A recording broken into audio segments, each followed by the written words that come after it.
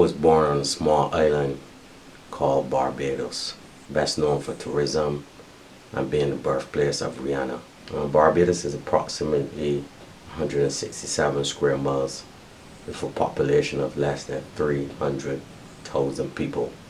I grew up in a very small household, you know, with my mom, my brother, and my sister. We were like poorest kids in the neighborhood. The first music I ever heard was probably calypso. Very disgusted with young girls in this country.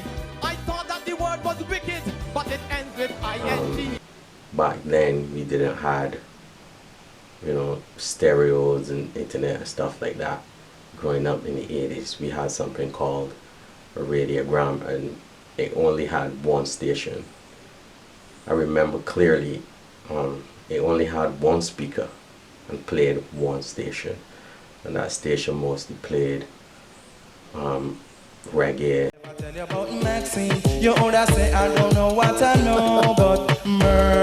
calypso music. So at that time I had no clue what hip hop even was. If you wanted to hear music outside, you know, that radiogram, the only other option, being, you know, a small kid growing up in a very poor neighborhood, was to go at the shop, what you would call local bodega, and put a quarter in the jukebox. You know, having a single mom, she used to be out at work a lot, so, you know, I would just go and go down at the shop and listen to music all day. The first hip hop song I ever heard was probably at the age of 10 on the radio. That was MC Hammer, Can't Touch This. You can't touch this. You can't touch this. I remember I used to pretend to be MC Hammer, the dance move and all that. Big pants. I thought that was so cool back then, because that's the only hip hop I ever heard. I used to go at my cousin's house, and, you know, we would listen to the radio. I spent a lot of time at my cousin's house because they were more fortunate than I was, and they had, you know, better radio and television. You know, that's the first place I saw cable TV.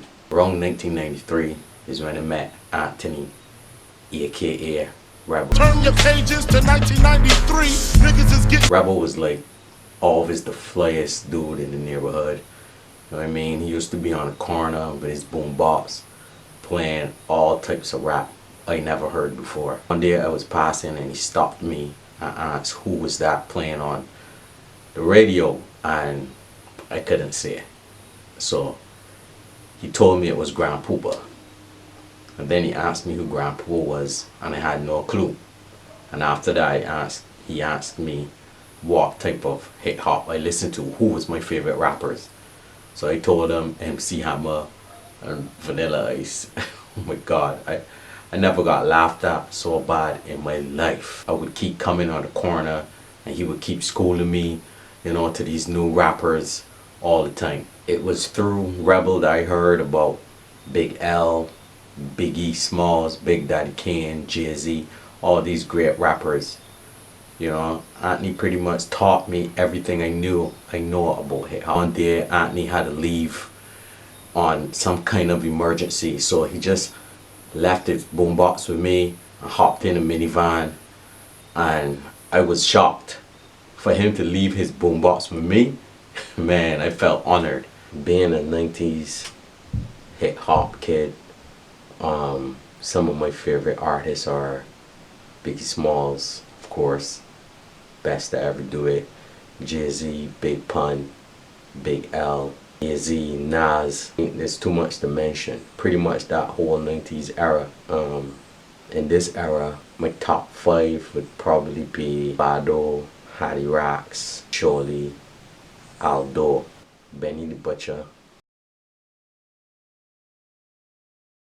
My dream is to create a platform for all real hip hop artists to succeed to make hip hop great again, to bring hip hop back to a state where it inspires and it motivates, like how it did me. Today's mainstream hip hop, in my opinion, it lacks a lot of creativity, and the realness in the game is all gone. But it's changing, and I could see the change happening in front of my eyes. What goes around comes around, because there was an era when hip hop was great, then there was an era when it wasn't, and then great again. So that's how things happen in the world. So what goes around comes around. So, you know, right now it's that time for hip hop, for a real hip hop to come around again. If it wasn't for rap, I wouldn't be here right now, pursuing my dreams, doing what I love. To me, hip hop is more than just music. Hip hop is life.